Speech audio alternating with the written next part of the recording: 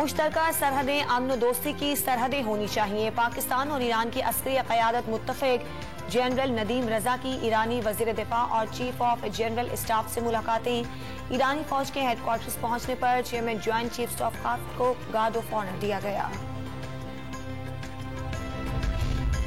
$1 अरब के लिए IMF तिगनी का नाच नचा रहा है। वफाकी वजीर दाखिला राना सनाउल्लाह का साबिक हुकूमत पर डील में गफलत बरतने का इल्जाम। वाज़ेह कर दिया, मुल्क डिफॉल्ट करेगा तो अफरा तफरी फैलेगी।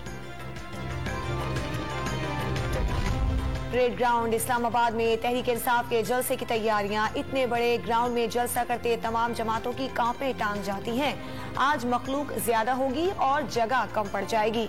PTI रहनुमा असद उमर और उमर अयूब का दावा।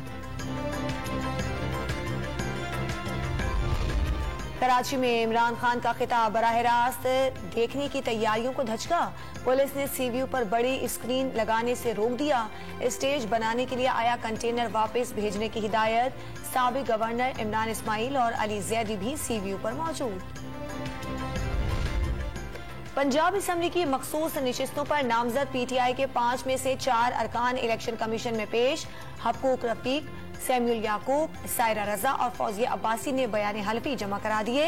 इलेक्शन कमीशन पंजाब तफसीलात मरकजी इलेक्शन ऑफिस को भेजेगा। कराची में बिजली जाने का पता और न आने की खबर। शहरी 12 घंटे की तवील लोड शेडिंग का अज़ाब झेलने पर मजबूर। मुस्तस्ना इलाके भी लोड शेडिंग की जद में आ गए। साबिक सदर आसिफ अली जरदारी से लाहौर में अकाफ लीग के सरबराह चौधरी शुजात हुसैन की मुलाकात। वालिदा के इंतकाल पर दुआए मग़फ़िरत। सालिक हुसैन, शाफे, तारिक बशीर चीमा और लीगी रहनुमा मलिक अहमद खान का भी इजहार ताज़ियत। इराक, यमन, शाम और अफगानिस्तान की तबाही के बाद पाकिस्तान के खिलाफ भी साजिश की जा रही है। अमीर जमात इस्लामी सिराजुल हक का पेशावर बार से खिताब।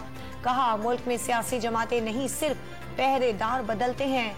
इमरान खान की तरह नवाज शरीफ ने भी क्यों निकाला की आवाज लगाई।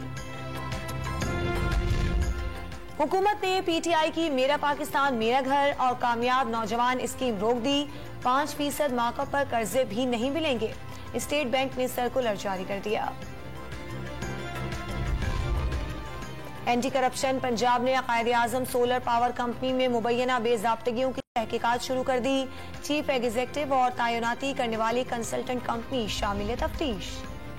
कराची में आज शाम तेज हवा के साथ बारिश का इम्कान। कल भी मोतदिल बरसात की पेशगोई। पीर और मंगल तक सिलसिला वक्फे वक्फे से जारी रहने का इम्कान। और रेलवे का ईद पर 3 खुसूसी ट्रेनें चलाने का फैसला। पहली ट्रेन 8 जुलाई को कोयटा से पेशावर, दूसरी ट्रेन कराची से लाहौर और तीसरी 13 जुलाई को लाहौर से कराची रवाना होगी।